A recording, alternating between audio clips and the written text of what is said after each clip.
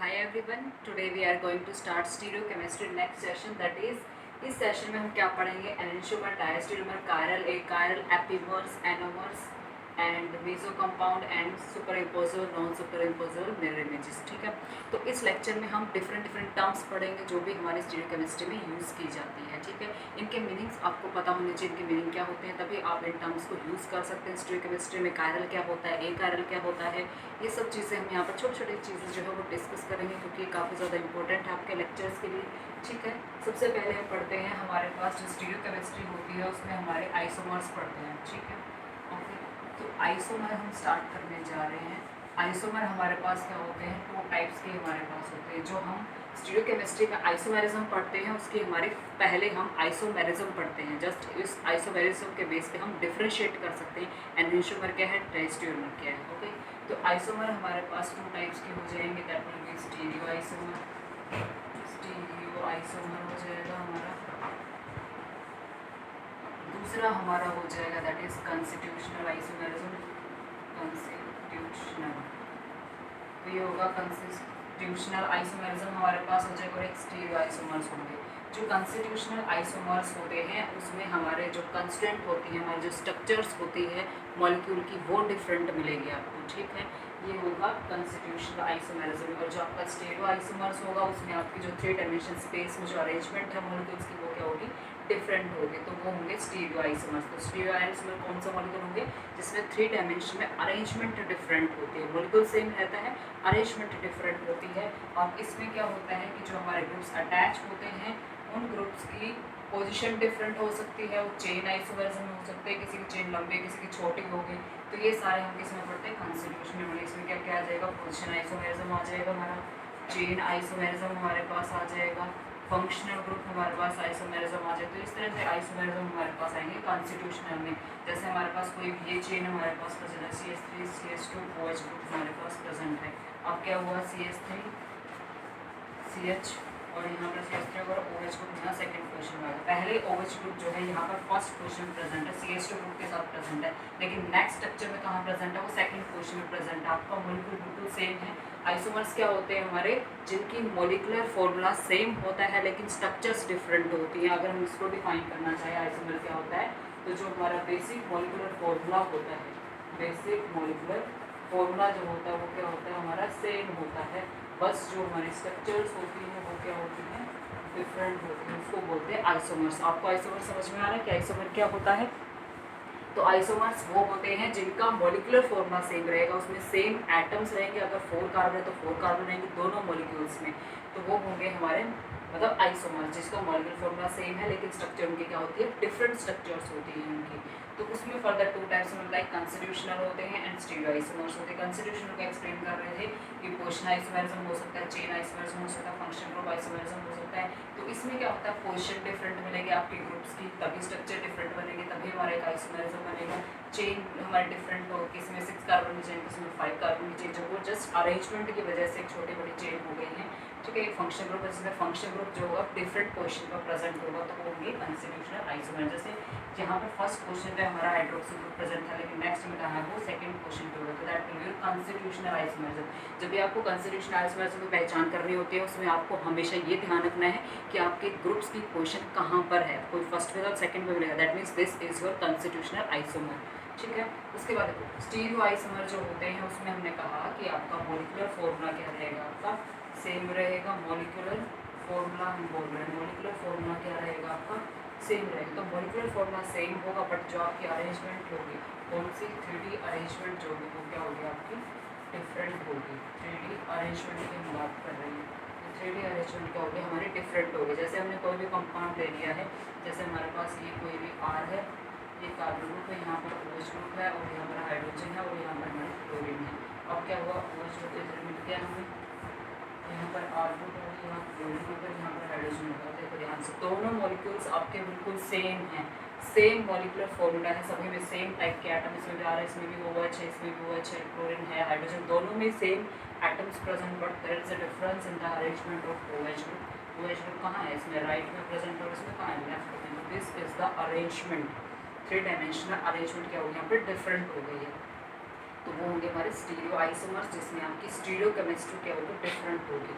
कोई राइट में है तो कोई लेफ्ट में होगा, तो एक ही एटम की, एक ही ग्रुप की पोजिशन में क्या रहेगा आपका, मतलब जो आपकी क्या बोलूँ, जो अरेंजमेंट है वो डिफरेंट है। 3D में देखो ये कहाँ था, राइट में, उसमें कहाँ था लेफ्ट में, दैट इज जो स्टीरियो आइसोमर्स। तो ये हमारे स्टीरियो आइसोमर्स होंगे। फर्दर हमारे पास स्टीरियो आइसोमर्स जो होते हैं, फर्दर हमारे पास 2 टाइप्स के होते हैं, वो हम यहाँ पर मेंशन कर देते हैं आपको।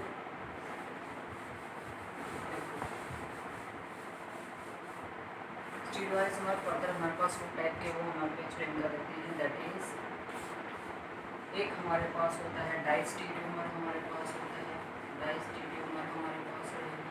दूसरा हमारे पास क्या रहेगा, एनेंशियोमर हमारे पास रहेगा। दूसरा क्या रहेगा हमारा एनेंशियोमर। तो फर्दर हमारे पास स्टीरियो आइसोमर्स जो है फर्दर 2 टाइप्स के हमारे पास रहेंगे। कितने टाइप के रहेंगे हमारे पास, 2 टाइप के हमारे स्टीरियो आइसोमर्स रहेंगे। फर्स्ट हमारा डाइस्टीरियोमर है, सेकेंड हमारा एनेंशियोमर है। तो स्टीरियो आइसोमर्स में फर्दर क्या हो गया, डाइस्टीरियोमर जो है आपकी कितनी, एक बार मैं इनका डिफरेंशिएट कर देते हैं। आयनशोमर क्या होते हैं, डाइस्टीरियोमर क्या होते हैं, वही हम टर्म्स पढ़ रहे हैं सारे के सारे। सबसे पहले टर्म एनेंशियोमर, डाइस्टीरियोमर, ये दोनों पढ़ रहे हैं यहाँ पर। तो एनेंशियोमर जो होते हैं वो क्या देते हैं, non super imposable mirror image देते हैं। Non super imposable mirror image देंगे हमेशा, ये भी पढ़ेंगे ये क्या होती है। और ये हमेशा कायरल कंपाउंड होते हैं, ऑलवेज कायरल होते हैं, ठीक है।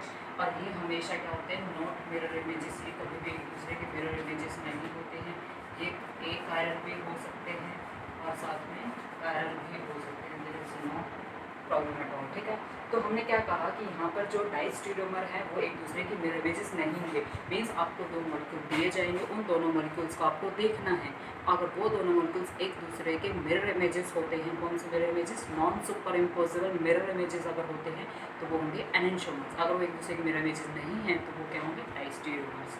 तो डाइस्टीरियोमर जो है वो एक कायरल भी हो सकते हैं, कायरल भी हो सकते हैं।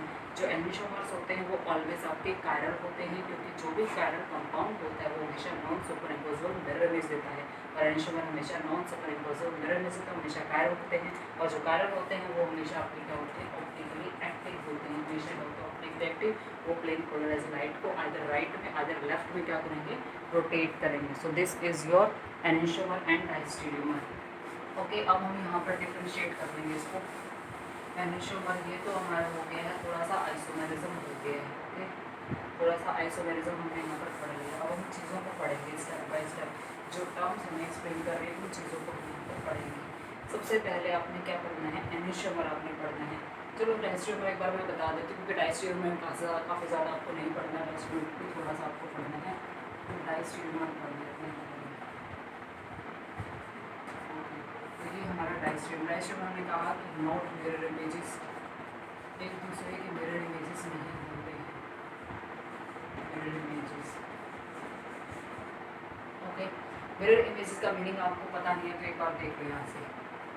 जैसे हमारे पास कोई भी ऑब्जेक्ट है, जैसे कोई हमारे पास सर्कल है, तो आपको ये मिरर लगा दिया, मैंने क्या लगाया, मिरर लगाया, दैट इज मॉडल। ये मैंने मिरर लगा दिया। मिरर लगाने के बाद भी आपको क्या दिखाई दे रहा है, सेम दिखाई दे रहा है। यहाँ हम पढ़ रहे हैं इमेज की बात की, इमेज किस टाइप की होती है। ओके, हम यहाँ पर डाइस्टीरियोमर एनेंशियोमर पढ़ने से पहले हम पढ़ेंगे इमेजेस कितने टाइप्स की होती है। एक नॉन सुपर इम्पोजेबल होती है, एक सुपर इम्पोजेबल इमेज होती है। तो यहाँ पर हम पढ़ रहे हैं कि जो ये हमारे पास सर्कल है, ये वाला हमारा सर्कल है, मैंने इसको क्या बोला, सर्कल। तो ये सर्कल क्या आएगा, आपने मिरर लगाया, आप क्या करोगे, एक सर्कल लोगे, कोई भी आप एप्पल ले लीजिए या फिर आपका जो भी ऑरेंज है वो ले लीजिए, आप उसको मिरर में देखिए, आपको बिल्कुल सर्कुलर ही दिखाई देगा। ये नहीं है कि आपने दिखाया सर आपका जो ऑरेंज है वो है सर्कुलर लेकिन आपको रेक्टेंगुलर दिख रहा हो, आपको ट्रायंगुलर दिख रहा हो, ऐसा बिल्कुल भी नहीं होगा। अगर आपका ऑरेंज है तो आपका अगर सर्कल में है तो आपको सर्कल में ही दिखाई देगा। तो इसको बोलते हैं हम मिरर इमेज। ये हमारा मिरर इमेज, आप किसी ऑब्जेक्ट के मिरर के आगे रख दीजिए, दैट इज मिरर इमेज, वो हमारी मिरर इमेज होती है। लेकिन ये आपको क्या दिखाई दे रही है, सेम दिखाई दे रहा है। आप क्या करो रिजल्ट में आपको करना क्या है, ये आपका ए है, ये आपका बी है। ए और बी एक दूसरे की मिरर इमेजेस होती है। बी को उठा के ए के ऊपर रख दो, ये हमारी ए है, और इसके ऊपर उठा के मैंने इसको रख दिया, बी को रख दिया है। येलो से मैंने बी को उठा दिया है। ओके, तो आपने क्या किया, सबसे पहले आपने कोई भी सर्कुलर ऑब्जेक्ट लिया, उसके ऊपर आपने मिरर लगा दिया, मिरर इमेजेस आ गई हैं। ये हमारा रिएक्टेंट था, ये हमारा प्रोडक्ट है, रिजल्ट में मिरर इमेज में बी मिली। अब ए के ऊपर उठा के हमने क्या कर दिया, बी को रख दिया है, दैट इज ए पहले रखा था, फिर ए के ऊपर हमने बी रखा, तो एक दूसरे को क्या करें, सुपर इम्पोज करें। दैट मीन्स दोनों इमेज एक दूसरे को क्या कर रही है, ओवरलैप कर रही है। दोनों इमेज एक दूसरे को क्या कर रहे हैं, सुपर इम्पोज है। सुपर इम्पोज का मतलब कंप्लीटली ओवरलैप कर जाना, दोनों स्ट्रक्चर बिल्कुल सेम रहेंगी तभी ये ओवरलैप करेंगे। तो that is your super imposable image. ये हमारी कैसी है, सुपर इम्पोजेबल मिरर इमेज। तो ये हमारे पास है super imposable mirror image. Okay, ये तो एग्जाम्पल हुआ सुपर इम्पोजेबल मिरर इमेज। अब हम पढ़ते हैं non super imposable mirror image. अब जैसे हमारे पास ये है मिरर है, हमारे पास 7 है। इस 7 की हमने मिरर इमेज ली, ठीक है, हमारे पास 7 गिवन है, इस 7 की हमने मिरर इमेज ली। तो मिरर इमेज हमारे पास कैसे बनती है, ऐसे बनती है। आप 7 लीजिए और 7 को आप मिरर में देखिए। जब आप मिरर में देखेंगे तो एग्जैक्टली उसका उल्टा आपको दिखाई देगा, क्योंकि ये आपका क्या है, राइट हैंडेड है। यानी जो आपकी सिंपल लाइन है 7 की सिंपल लाइन आपकी कैसे राइट हैंड में है, और जो है आपकी ओरिजेंटल लाइन है कहाँ की, लेफ्ट में है। लेकिन आपको क्या दिखाई देगा, सॉरी मैंने बिल्कुल सेम बना दिया, तो फिर यहाँ से आपको कुछ ऐसा दिखाई देगा, ऐसे। ये आपको देखो, जो मिरर में आपको चीज़ें दिखाई देती हैं, जो मिरर के सबसे पास वाली चीज़ होती है वो आपको मिरर के पास में दिखाई दे। जैसे आपकी ये वर्टिकल लाइन है, वर्टिकल लाइन मिरर के बिल्कुल पास में है ना, बिल्कुल पास में वर्टिकल लाइन, तो वर्टिकल लाइन आपको मिरर के बिल्कुल पास में दिखाई देगी। That is simple trick. आप बिल्कुल कंफ्यूज हो जाओगे इन चीज़ों में, तो आप कंफ्यूज नहीं, बिल्कुल जैसे बोल रहे वैसे करते जाइए। वर्टिकल लाइन है उसको मिरर के पास है, इधर भी आप मिरर के पास बनाएंगे, फिर आप होरिजेंटल लाइन को ड्रॉ करेंगे। तो ये 7 जो है आपको एग्जैक्टली उल्टा दिखाई दे रहा है एक दूसरे की, ठीक है। तो इस तरह से हमारे पास ये कहाँ दिखाई दे रहा है, हमें राइट में दिखा दे रहा है, लेफ्ट में दिखा दे रहा है। तो ये एक दूसरे के जस्ट अपोजिट है।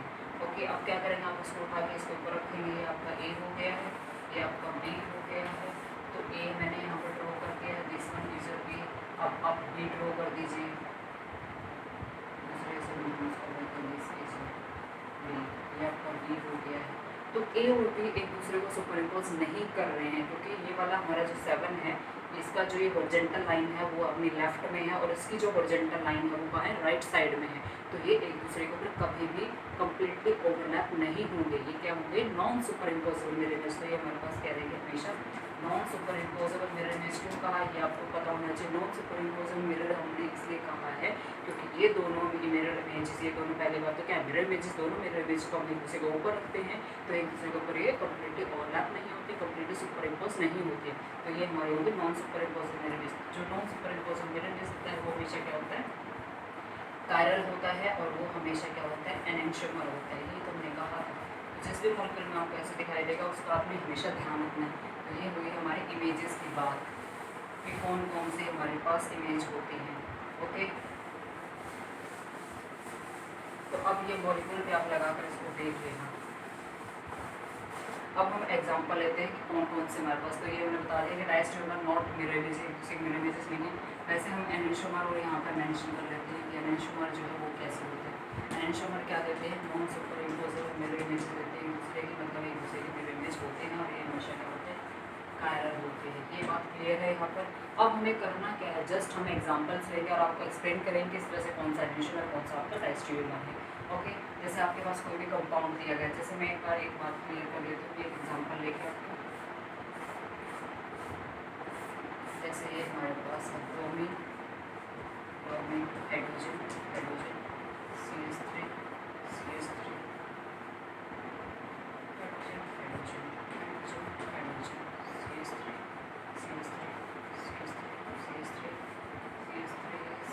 ये एग्जांपल ले रही हूँ, वो काफ़ी सच होगी, एग्जांपल दे दिए मैंने। हाइड्रोजन है आपके पास,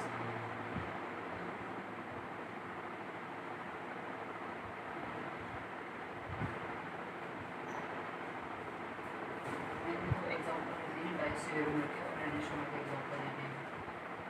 और थोड़ा सा यहाँ और डिस्ट्रीब्यूट कर देते हैं, क्लोरीन ले लेते हैं, क्लोरीन और फ्लोरीन।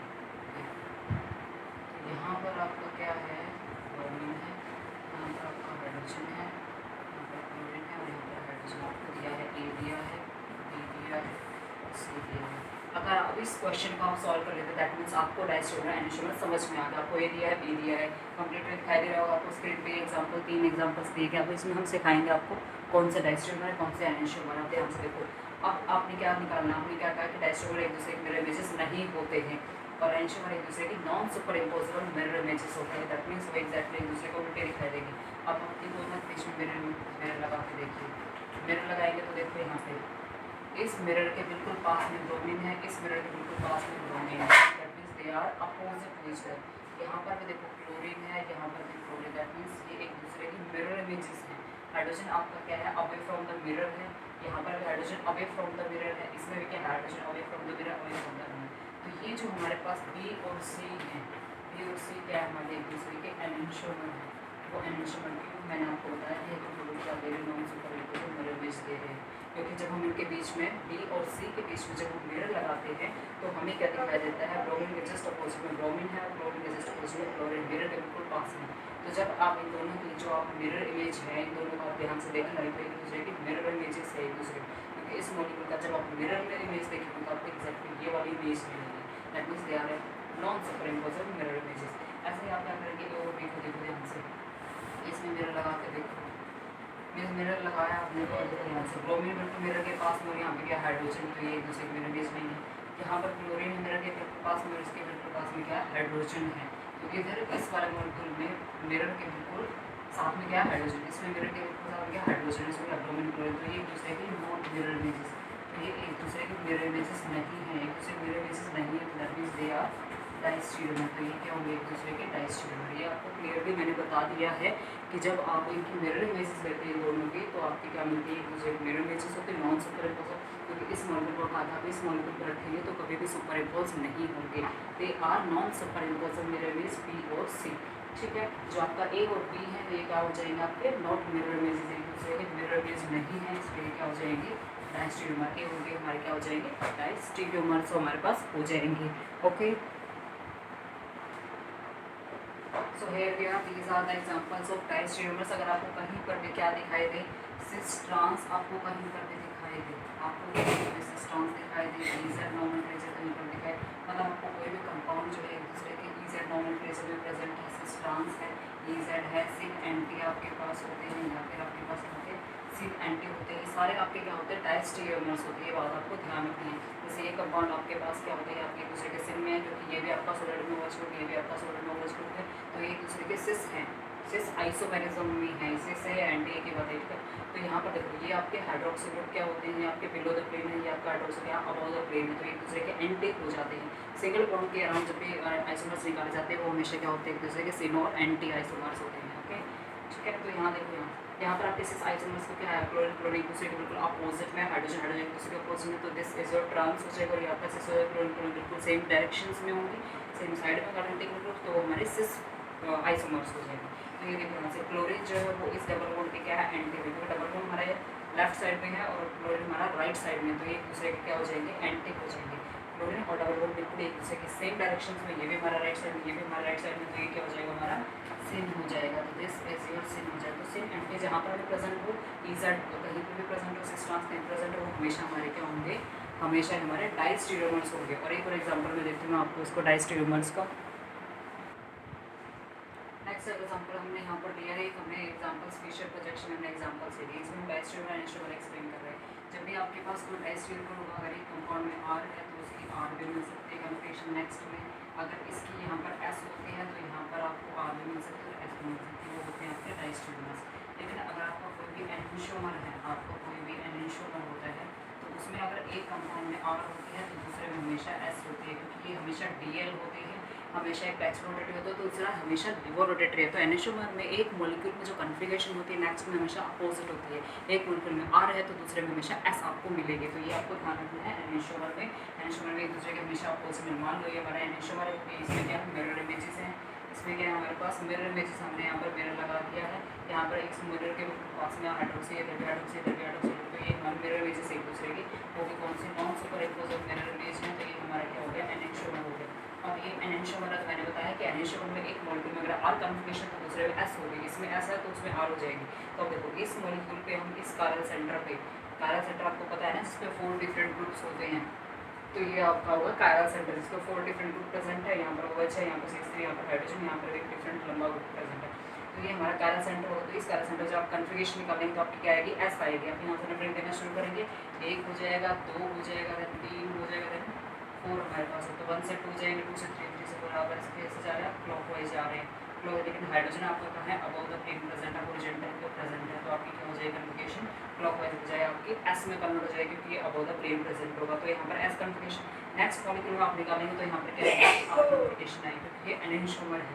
आप इसको निकाल कर देख लीजिए, 1 2 3, तो आप एंटी क्लॉकवाइज जा रहे हैं, लेकिन आपका हाइड्रोजन है वो हॉरिजॉन्टल पे है, हॉरिजॉन्टल पोजीशन में नहीं होना चाहिए, वर्टिकल पे होना चाहिए। हॉरिजॉन्टल पे होता है तो आपकी जो कन्फिगरेशन आती है वो हमेशा चेंज हो जाती है। आर तो आपकी एस आ रही थी, 1 2 3 एंटी क्लॉकवाइज आ रहे थे, एस आ रहे तो आपकी आर में कन्वर्ट हो जाएगी। मैंने बिल्कुल निकाल के दिखा रखी है।